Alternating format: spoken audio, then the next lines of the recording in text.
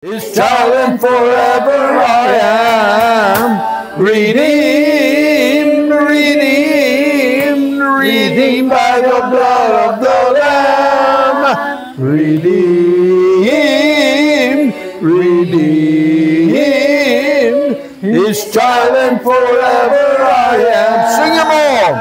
Redeemed and so happy in Jesus. No language my rapture can tell.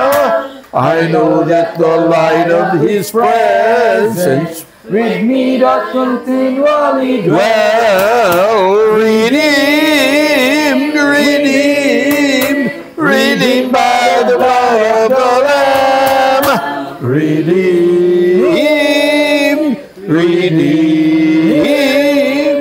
His child and forever I am. I think of my blessed Redeemer. I think of Him all the day long. I sing for I cannot be silent. His love is the theme of my song. Redeemed, redeemed, redeemed by the blood of the Lamb. Redeemed, redeemed,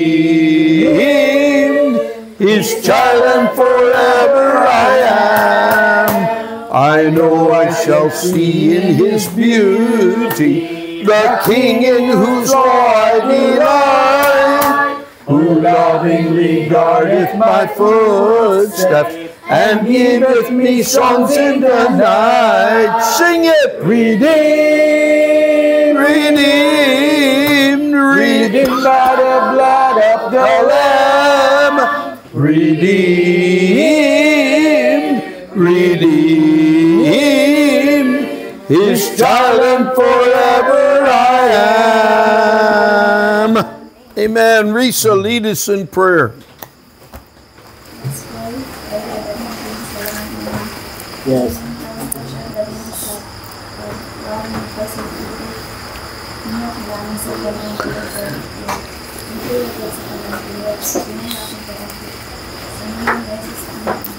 Amen. Okay, soon we'll be at Genesis 1:2. Wow. We're sailing right along. Hapit na daw ta karon sa Genesis 1:2. So salamat sa Ginoo. Okay, let's see. John Mark, say the verse that we're studying. Genesis 1:1. In the beginning, God created heaven and the earth. Amen. Okay, now we're a reporter. The Holy Spirit is a reporter at the event of the creation of heaven and earth. And He is reporting who, what, when, where, and why, and how. So ang atong reporter mao ang balaang espiritu nga nagahitgot ug sibya kanato kung unsa ngano asa kinsa ug And we've discovered that He created everything, things you cannot see, things that are controlled by Him, and things that are not controlled, spiritual things, material things. So atong nadiskubrihan nga tuna day mga butang nga gi-control niya ug wala sad gi-control, mga butang nga siya ra gyud ang naghimo. And tonight, He created eternal things, things that will last forever. Ug karong gabhiuna nagbuhat siya og kanang walay katapusan nga hinimo nga mohangtod sa kahangturan. He created eternal things like joy and peace and righteousness. Things that will never end. So naghimo siya mga butang nga dili maundang ug mohangtod sa kahangturan panasama sa pananglitan sa kalipay. You know, If we were on the street meeting today and we're passing out tracts or Bibles or 1,000 peso bills, everyone would come and take 1,000 peso bill, but hardly anyone would take something spiritual like a tract or a Bible. Ganina street meeting kami unya sa diyang nanghatag og mga tracts. Klaro kayo nga kung tag sa kalibo ang imong gihatag, mas daghan pa ang modawat sa kwarta kaysa mga tracts, Bible tracts na gisgot sa mga espiritu. Christians are hardly any different, though.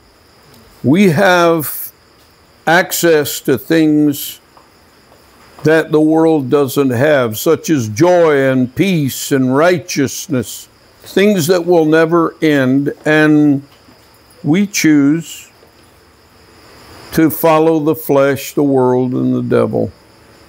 So daghang mga butang dili mo walay katapusan, pananglitan sa kalipay, kalinaw ug pagkamatarong, pero daghan ang mipili sa mga dautan o sa kadautan nga hinimo. The kingdom of God, the kingdom of heaven, the increase of His government. There's no end to that. Ang gingharian sa Ginoo, ang gingharian sa langit, ang pagkataas o ang pag-uswag sa iyang panggobyerno, wala gyud nay katapusan. Now, if you study history, and I have, Babylon, Egypt, Rome, Greece, Russia, Romania, America, China, the Muslim kingdoms, and the Philippines, they all pass away. Kung magtuon mo history, parehan ako, gatuon, ang kanang Babylon, Egypt, Rome, Greece, Russia, Romania, America, China, mga Muslim nga mga gingharian, apil ang Pilipinas, kanang tanan lumalabay ra o mulabay ra gid na tanan. Now go to Isaiah chapter 9 verse 7. It's a verse that is very difficult to comprehend. You can understand it, but to take it all in, very difficult. So kaning bersikulo Isaiah 9:7, lisod nimo makuha ang kinatibuk-an. Imo siyang masabtan, pero ang pagsabot sa kinatibuk-an malisod kana. Of the increase of His government and peace there shall be no end. The same thing is said in Luke chapter 1 and verse 33. And He shall reign over the house of Jacob forever, and of His kingdom there shall be no end. So pareha sa ang Isaiah 9:7 ug ang Luke 1:33, pareha sa sila nga gahisgot nga dili walay katapusan ang gingharian sa Ginoo. The spirit, the soul, and the glorified body of the Christian will never end, never pass away. Ang espiritu ug ang kalag ug ang glorify kanang nahimaya nga lawas sa Ginoo ug sa Kristohanon dili gyud na mahanaw. We live as long as God. Magkinabuhi gina hangtod pariha sa Ginoo. That's a long time. Pinakataas gyud kay na. Now, kataas kana. Let's get somebody. Mia, read please John 3:15, and then in a second I'll ask you to read John 3:16. That whosoever believeth in Him should not perish but have eternal life. John 3:15. What does 15 say? That whosoever believeth in Him should not perish but have Everlasting life. Eternal. Eternal life. What does 16 say? For God so loved the world that He gave His only begotten Son, that whosoever believeth in Him should not perish but have everlasting life. Eternal life and everlasting life.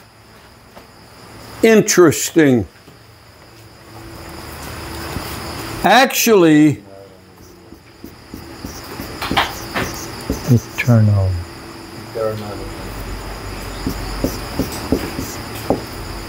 Eternity.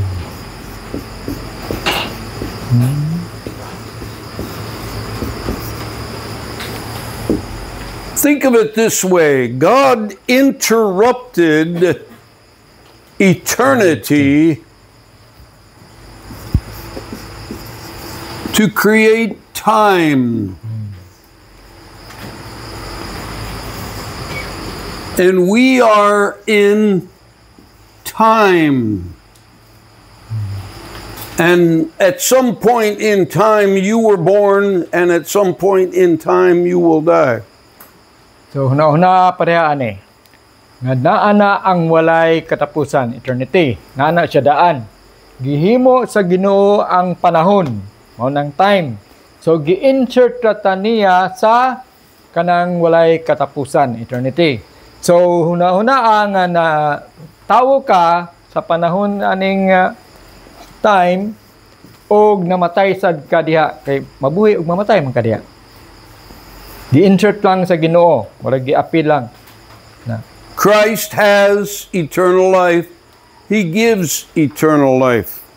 Si Kristo dunay walay katapusan nga kinabuhi ug muhatag sad siya walay katapusan. We're in Christ, so we have eternal life.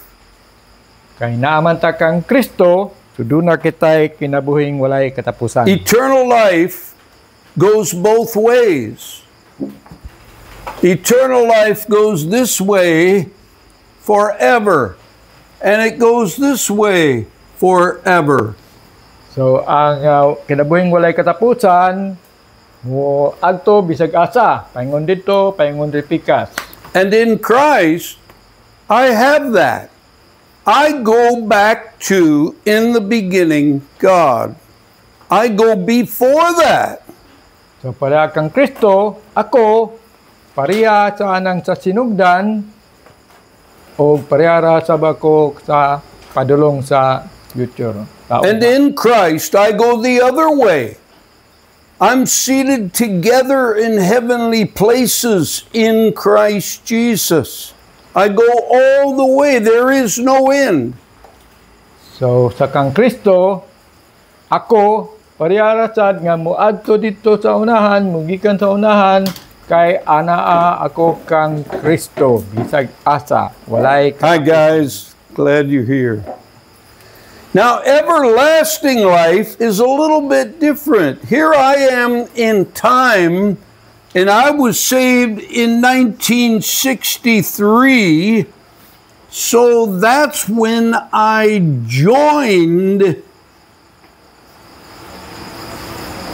Time. everlasting life. Ang kinabuhing walay katapusan lahi. May apil ko da panahon sa 1963. Mao na ang walay katapusan. I had a beginning to my eternal life. But when I got saved, I joined eternal life, so I have everlasting life because I had a beginning. May apil ko sa eternidad o kay naapil man ko aning panahon kay diha man ko ning Kristo, sa dihang naangkon ako si Kristo, naapil na ako sa kinabuhing walay katapusan. Is that translating? You think they're getting that? Nakuha ninyo? Akong Osborne. Otoho na to. Di ba daan ng eternity? Kanang sabot mo eternity, di ba? Walay katapusan. Walay sinugdanan, walay katapusan, walay eternidad. Now, kaning time, kaning panahon, gi-insert naman na sa Ginoo, maunay ginatawag og time nga everlasting. Now, I have eternal life, and it's good. But If you don't have everlasting life or eternal life, you have eternal death. So ang kanang everlasting nga life mahimo lang na kay naa siya'y sinugdanan. Kinatawo man. Dayon kung wala kay eternal life kana bang kinabuhing walay katapusan na doon na gyud kay eternal death kana kung kamatayon nga walay katapusan na kano sa amna mahitabo. Now in Revelation 14:11 it says the smoke of their torment ascended up forever and ever. In Matthew 25:41, depart from me, cursed, into everlasting fire, prepared for the devil and his angels. So God created hell, and hell lasts forever. Ang Ginoo naghimog impierno ug ang impierno walay katapusan. But if I said it, I missaid it. Hell is not eternal because at one point there was no hell, but it's everlasting. Nasayop ko kay ang impierno dili everlasting. Sa to? Now, he also created things that he controls. And this is important because there's a lot of talk today about the environment. Gahimo sad siya og mga butang nga iyang gi-control kay daghan kayo karon nga nagaisgot mahitungod sa palibot, environment. Write down these references here, Genesis 8:22 and then Job 38:28 through 35. He controls the universe. So, gikontrolar sa Ginoo ang tibuok universe. Anong universe? Kawanangan. Last week there was a big article on the news about an asteroid that they think might be coming, and it would destroy the earth. So they were thinking about what they could do, send up some sort of nuclear weapon to destroy the asteroid before it destroys the earth. So naay gakahitabo dito sa kawanangan nga duna kunoy asteroid, kanang asteroid. Kanang dako nga bulalakaw bato nga mo bangga sa kalibutan. So para maguba ang kalibutan, so naa sila gihimo nga magpadala sila dito missile, nuclear missile nga mutira atong asteroid aron mo bungkag, aron dili ta maigo, aron di ta mabungkag. You don't need to worry about the things that God controls. You need to worry about the things that He decided not to control. So dili mo angayan dapat mag-uol sa mga butang nga gikontrolar sa Ginoo kung dili ang atong kagulan kanang mga butang nga ayang gitugutan nga dili niya kontrolahon.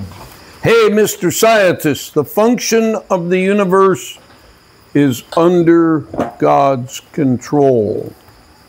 Hoy mga Mr. Scientist, ang gihimo sa Ginoo mao ang pagkontrolar sa kinatibuk-an. And if you don't believe that, Mr. Scientist, you are spending a lot of wasted money and time studying things that God controls. Kung di ka motuwa na, Mr. Scientist, na gakalas-kalas ng kagpanahon o kwarta, kay kanang tanang mga butanga gikontrolar sa Ginoo. Tonight, February 28, big article in the news. You're supposed to be able to see the planets all lined up together. Karong gabi na, inyo untang makita nga galinya ang mga planeta, pero ulan man rin sa tuwali, kita. When I was a Bible college student, someone put out a track and it showed all the planets lined up, and it was supposed to create such a gravity on the earth that it would pull it out of orbit, and then the tribulation would begin. So sa unang panahon na siya classmate nga nag-ingon, nagsulat og track nga galinya kuno ang mga planeta ug maka-cause daw na nga mawala ang gravity nga maunang magbungkag na og diha na magsugod ang tribulation. I didn't spend any time worrying about that, and that was 45 years ago. Wala ko nagkalas-kalas og panahon nga ako nang kagulaan kay nahitabo na 45 na katuig ang milabay. Very interesting to read and study Job 38 and Psalm 104, which tells us that God controls the universe. So patsada kayo ang Job 38 ug Psalm 104 nimo basahon kay nagapakita kana nga ang Ginoo gayud ang nagkontrolar sa kalibutan. A lot of those verses contain a lot of questions that science cannot answer, but God tells you the answer to them. Kanang mga bersikuluhan iskot sa mga butang nga kontrolar sa Ginoo nga dili mahibaw-an sa mga scientist pero gipakita kana sa Ginoo kanato. We don't need to worry about the things that are under His control. We need to worry about the things that are not under His control. So ang nga magul sa mabutang wala gikontrolar sa Ginoo kung dili dili kita magul sa mga butang nga iyang gikontrolar. Now God said some things. What, Robin? He It wants only happens once every 13.4 trillion years, so we're lucky make it we big. get to see it. klaro dili. The Dili pa. planets lining up. Oh. So it's happened a few times in history, and nothing's happened yet. Trillion. 13 trillion years? Yeah. Oh. Okay. I don't know how it happened back when I was in Bible college. That was only 1 trillion years ago. Now, what you have in the Bible, when you hold that book in your hand, you cannot fathom, conceive, you cannot realize what you have, the answers to the physical science world of the universe. Kung naamo ana nga gawid mo sa Biblia, dili nimo masabtan ug dili nimo makuha ang kinatadbukan ug di gyud nimo siya maklaro ang tanan sa mga physical nga science. Di maglisod ka na o bisag hawid ka sa Bible. What, Robin? The next time will be 2040. It's the 8 planets only line up Oh, okay. every trillion years or so. Okay, The 7 planets. okay. It'll Well, happen again to 2040. 7 planets. the Bible says heaven and earth will pass away, Yes. but that word of God will never pass away. Yes. Nag-ingon ang pulong sa Ginoo nga ang kalibutan ug ang langit mawala, mahanaw. Pero ang pulong sa Ginoo dili gyud. You don't need to worry about the things that are under His control. You need to worry about the things that are not under His control. So dili kuno ta ngayon mabalaka sa mga butang nga iyang gikontrolar kung dili mabalaka ta sa mga butang nga wala niya gikontrolar. The gates of heaven are under His control. Ang gate, anong gate? Thank Sa langit God iyang gikontrolar kana. Peter's not in charge. Salamat sa Ginoo kadili si Pedro maoy nagbantay o nagbuot dito. Look there on the screen, Revelation 21:27, talking about the gates of heaven, but they which are written in the Lamb's book of life, not Peter's book of life, the Lamb's book of life. So diya sa Revelation 21:27 nagaiskot diha sa book kinabuhi sa libro sa kinabuhi ug dili si Pedro ana ang nagbuot. He controls who goes in and he controls who stays out. Siya ang kontrolar kung kinsay makasulod ug siya pud ang kontrolar kung kinsay ipagawa. Revelation 22:15, for without, outside of heaven are dogs, sorcerers, whoremongers, murderers, idolaters, and whosoever maketh a lie, loveth and maketh a lie.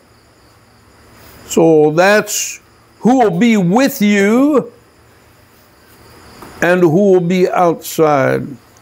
So inyong makita din ha kung kinsa imong makauban dito sa sulod o kinsa pod ang mabilin na dito sa gawas. So don't need to worry about things that are under his control. Worry about the things that are not under his control. So ayaw na gyud kabalak-e ang mga butang nga iyang gikontrolar kung dili ang imong kabalakan mao kadtong mga butang nga wala ma all knees. Your knee, everyone's knee is under his control. Ang tanang tuhod apil gina gikontrolar gina niya. Look at that verse, Philippians 2:10, that at the name of Jesus every knee should bow. So inyong makita diha sa Philippians 2:10 na ang tanang mga tuhod muluhod gayod. You'll see Muhammad there. Kita nyo si Muhammad dito. And you'll see him bowing before Jesus. Kita ninyo nga muyukbo siya kakang Jesus. And according to the Muslims, what I just said is blasphemy. Ang mga Muslim nga akong gisulti karon yaga kuno. Pick somebody from history and imagine them bowing and acknowledging Jesus Christ as Lord. Here's a short list: Caesar, the Pope, Pilate, Hitler, Obama, Ceausescu, that was the president of Romania when we were there, Einstein, Darwin, the Beatles, Madonna, the beauty queen of the Philippines. So mo ni mga kasagarang listahan nga inyong makita dito nga muyukbo sa kang Jesus Christ. O ni sila si Caesar, ang Santo Papa, si Pilate, si Hitler, si Obama, si Cisco, si Einstein, si Darwin, the Beatles, o si Madonna, o ang pinakagwapas Pilipinas. Now, imagine a relative that's very proud or arrogant, or someone you know that is a bully and makes fun or mocks, or somebody that refused to track from you like today. We saw some people, and they will bow at the name of Jesus. Now, imagine na ganina, una ganinyo itong mga butang, itong mga tao nga yaga sa imo, itong nagbuli sa imo, itong gipantaga na itong tax ganina, nga dili mo dawat, kadto sila tanan, muyukbo, atubangan sa Ginoo. Now, we will not rejoice at their damnation, but they will bow before the Lord. Dili kita gakalipay sa ilahang pagkatunglo, kung dili ato silang makitaan nga muyukbo sila atubangan. Maybe they were religious and they said, Lord, Lord. Maybe they went to church and shouted. But unless they've got the Lord Jesus Christ in their heart, the Lord will say, depart from me, I never knew you. Tingali uban sa kanila relihiyoso, uban sa kanila nagasulod sa simbahan ug nagasinggit ug nagatawag nga Ginoo, Ginoo. Pero mingon ang Ginoo nga wala ako nakaila kaninyo, kamo nga nagabuhat og daotan. So don't worry about unsaved knees. They're fully under His control. Kaya kabalaki katong mga wala naluwas nga mga tuhod kay gikontrolar sila sa Ginoo. We need to worry about the things that are not under His control. So kinahanglan nato nga kagulan ang mga butang nga wala niya gikontrolar. And here they are. Ug mao kini mga butanga. He created things that He chose not to control. Now, go ahead. Naghimo siya og mga butang nga iyang gipili nga dili niya kontrolahon. It is pretty incredible that the God of the universe would purposely create something and then take His hands off of it and let it do what it wants. Isud kayo nimo huna-hunaon og palandungon nga ang Ginoo sa tibuok kalibutan gamhanan sa tanan magahimo og butang nga iyang gipili nga dili niya kontrolahon ug iya lang kana silang pasagdan. And God created the heart of man and the will of man, that's you, and He took His hands off and does not control it. Ug naghimo ang Ginoo sa imong kasing-kasing ug sa imong kabubuton og wala niya na hilabti dili siya mag-control o magbuot ana. You ought to be writing down these references. Nga mga sumbanan, reference. The Bible tells us to guide our hearts. Ang Biblia nagaingon nga ato ang kanang i-guide? Biyahan ang ato ang kasing-kasing. References right there in front of you. Hear thou, my son, and be wise, and guide thine heart in the way. Proverbs 23:19. Proverbs 23:19. Psalm 78:8. Kung lang isulti. Psalm 78:8. Psalms 32:8. Psalms 32 verse 8. John 16:13. Joshua. Joshua. John 16:13 sunod Joshua 24:15. The choice is yours. When Robin and I got married 117 years ago, we had to both make a decision. So ikaw ra gyud ang magbuot sa diyang naminyo mi ni Robin 174 na katuig ang milabay, naghimo kaming desisyon. And basically when you get saved, you have to make a decision. God has already chosen you. You have to decide, I will or I will not. So ang Ginoo nagpili na kanimo, pero ikaw ang mo desider kung imo ba siyang pilion or dili. Now, the reporter comes, who, what, when, where, why, and how, and we're at the space, at the place where the Holy Spirit decides to report on when. So, ang balang espiritu nagpahibalo kung kano sa asa kinsa og ngano og banpa og karon na ata karon sa when kanusa. And Willie, when did this happen? Willie, kanusa ni nahitabo?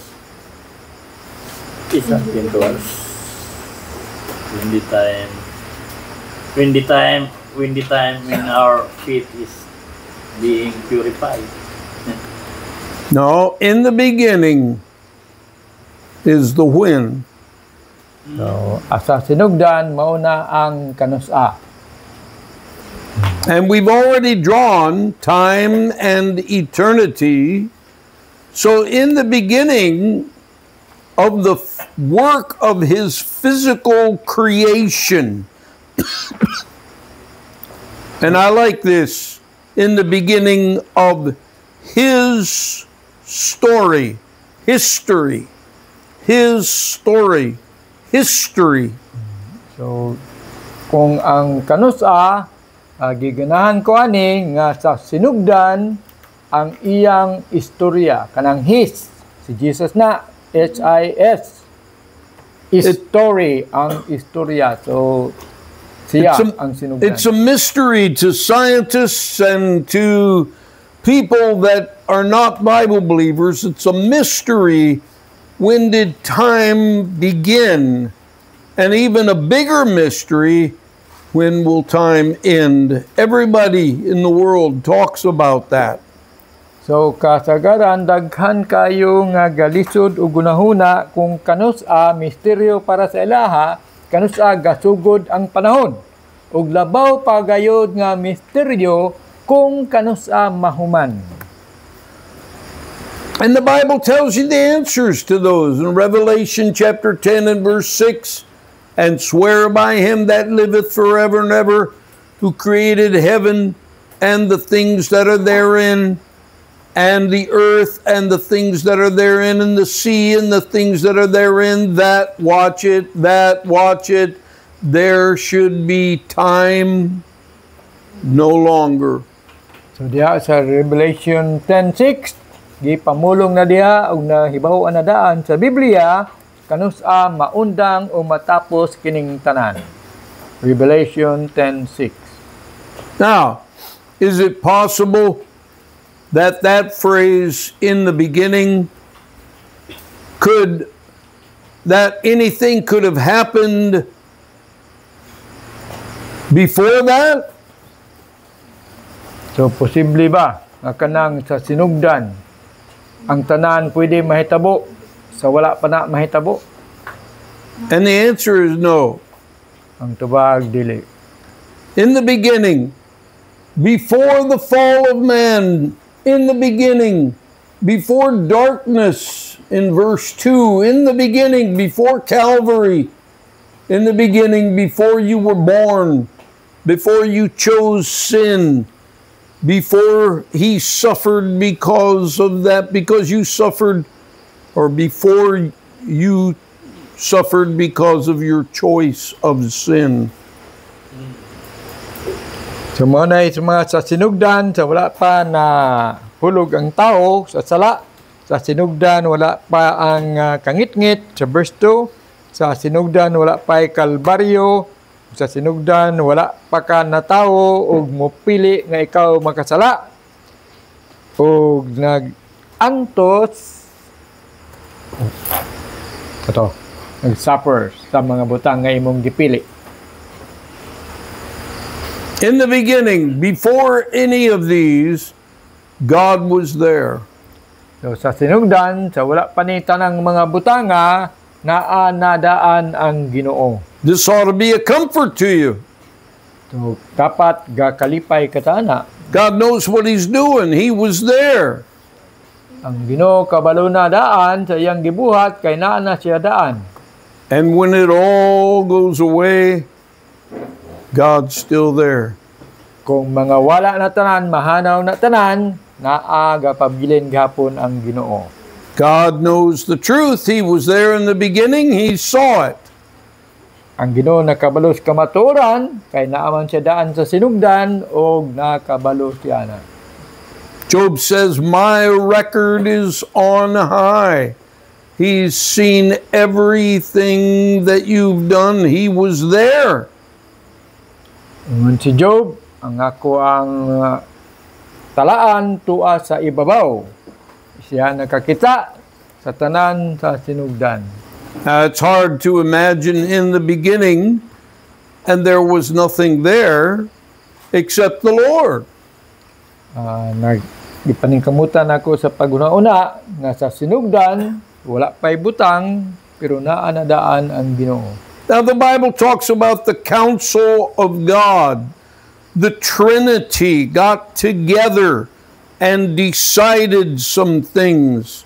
The God the Father, God the Son, God the Holy Spirit, the Trinity was there. So sa sinugdan, ang Trinity, kanang tulo ka persona, God the Father, God the Son, God the Holy Spirit, naa na sila daan. Now, in the Hebrew, the word Elohim is a plural word.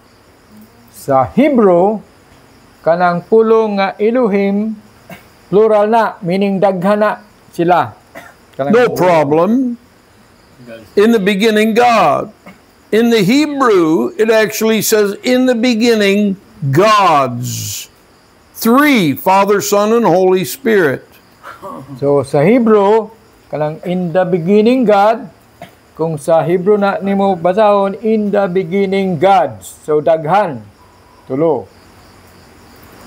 So skeptics, people that don't believe the Bible, they say if God planned it all, then He planned for us to sin, therefore it's not our fault.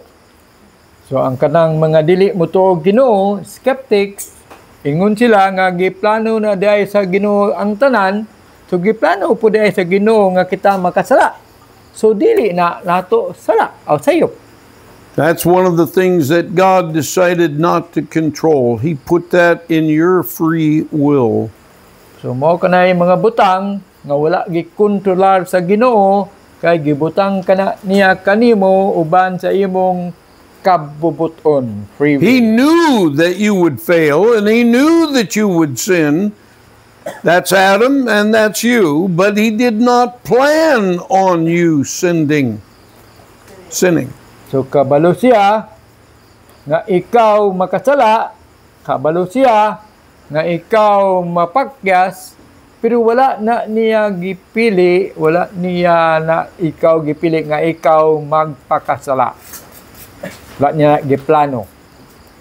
Sin was never in the plan of God. Ang sala walay labot gayud sa plano sa Ginoo. But provision to take care of sin was part of the plan of God. Pero ang apil nga plano sa Ginoo mao ang paghatag sa butang nga kung makasala ka na siya'y gitagana. Write these references down. Acts 2:22, 23, 24. Acts 2:22 isulat ug Acts 2:23, Acts 2:24 mao ni ang mga bersikulo nga gihatag sa Ginoo kung ikaw makasala.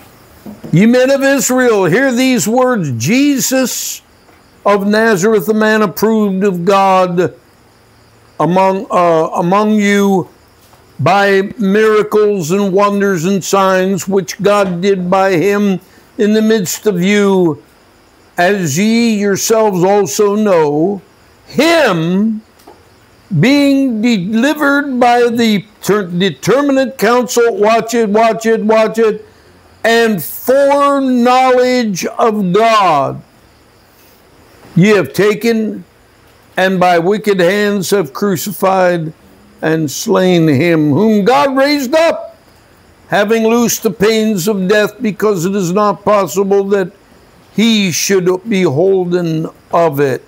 The foreknowledge of God. God knows everything.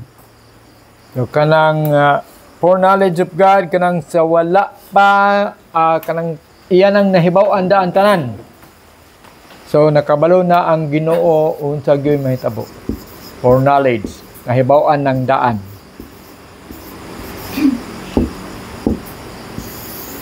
Omniscient. Omniscience. That's one of the attributes of God. Usa That simply means He knows everything. ang usa sa kinaiyahan sa Ginoo mao kanang kabalo siya tanan, omniscience. That doesn't mean that just because He knows it, that He determines it's going to happen. Wala na nagpasabot kay gumikan kabalo siya iyang gituyo nga mahitabo gina. Dili na mo pasabot. That's the foreknowledge of God.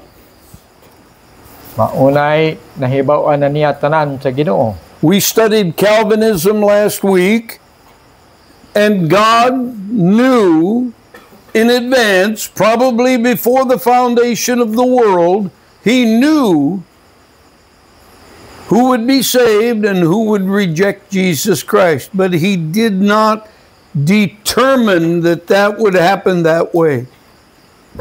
So nagtuon ta sa tumaging semana sa Calvinism nga ang Ginoo nakabalo na kinsa tong mo dawat o kinsa tong mo dili, pero wala na niya sanang determine kahibaw-an o nga mao nay mahitabo.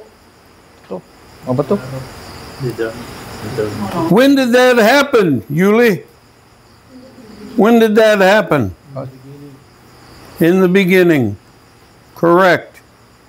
In the beginning. It was all the plan of God to take care of sin that He knew we would commit, but it was not part of His plan.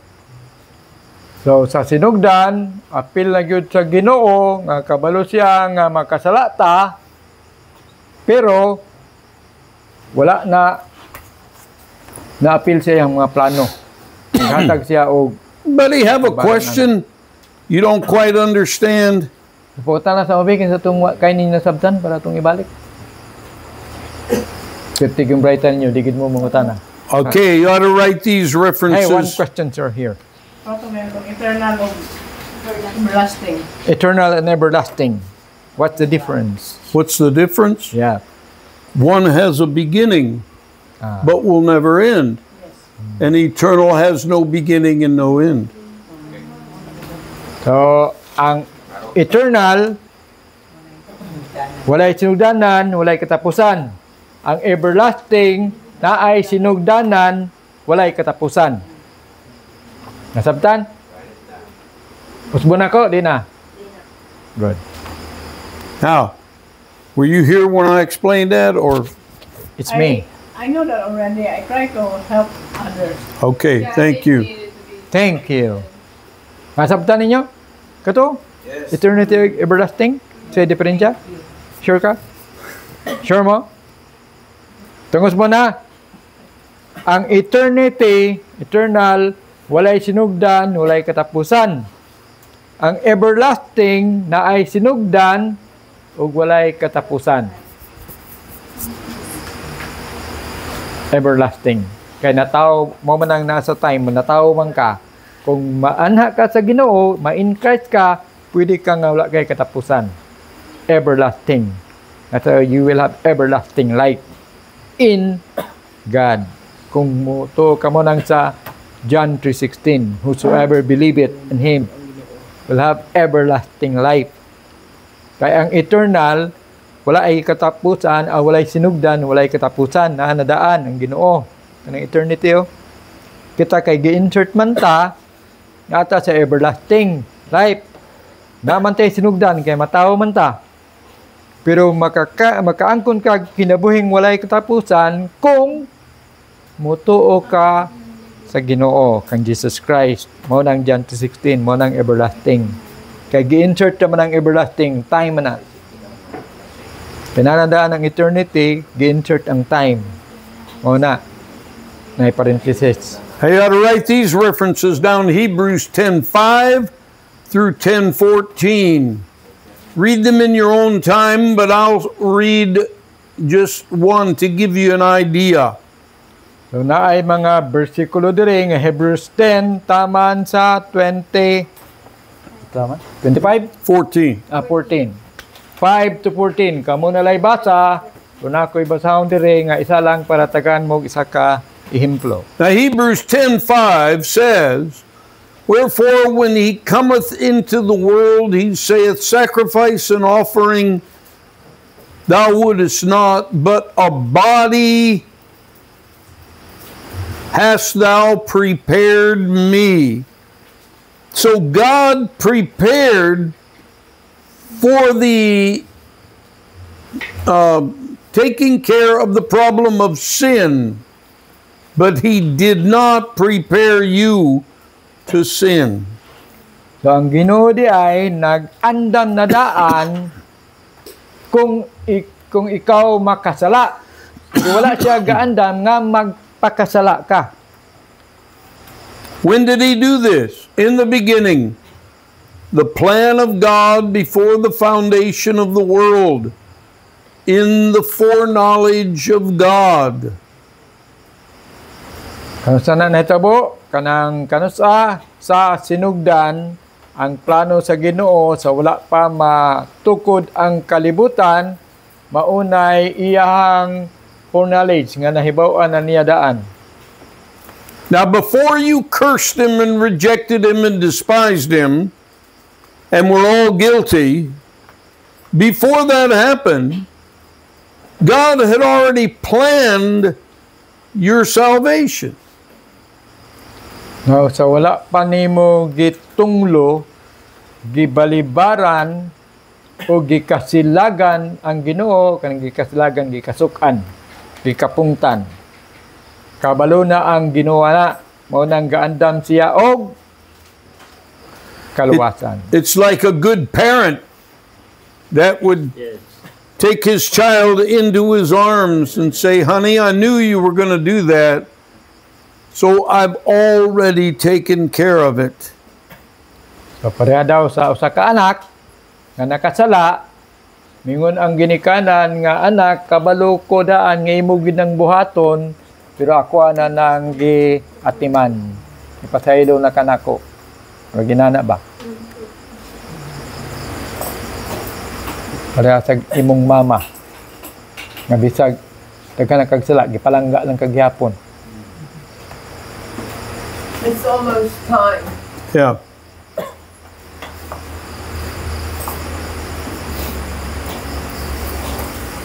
Looking for a good place to stop right here. We did not put Him first above all else in our lives. He is to have the preeminence. You're not the boss. So wala nato siya unag butang sa atong kinabuhi, wala nato siya gi-prioridad na siya manunta ang atuang. Peter's not the boss. Mary's not the boss. Your priest would not be your boss, especially not you. So si Maria, ang pare o ang uban pa labi na ikaw dili ikaw mo'y boss aning kalibutan. The suffering of Jesus was in the plan of God. When? When, Cecil? In the beginning. So sa sinugdan. Okay. All right. We'll stop right there and have a 5-minute CR break. 10 minutes. Go.